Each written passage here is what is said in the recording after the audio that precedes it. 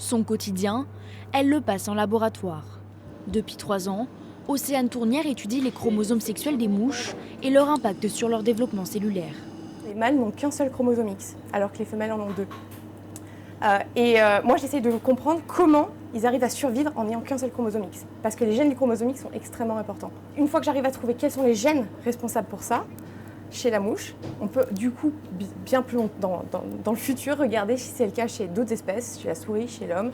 Dans cette pièce, des milliers de mouches sont stockées avant d'être utilisées pour la recherche. Il y a énormément de mouches qui sont complètement uniques et génétiquement modifiées qui nous permettent justement de regarder tous les gènes possibles sur le chromosome X, pour moi en tout cas. Étape suivante, l'analyse des organes pulmonaires des larves juste avant la métamorphose en mouche. C'est cette partie du travail qui a permis à Océane Tournière de faire avancer la recherche en montrant que les cellules des poumons sont essentielles à la survie des mâles avec la balance génétique qui s'y réalise. Il y avait cette idée que la compensation de dose était importante dans toutes les cellules.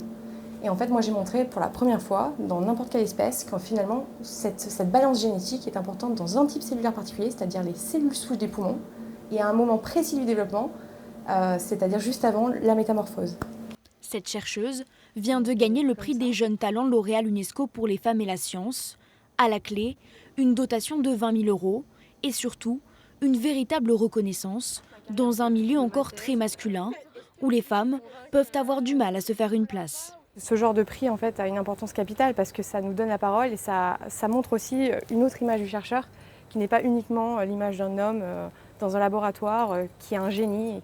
Prochaine étape pour Océane Tournière, passer le concours du CNRS pour obtenir un poste permanent de chercheuse en France.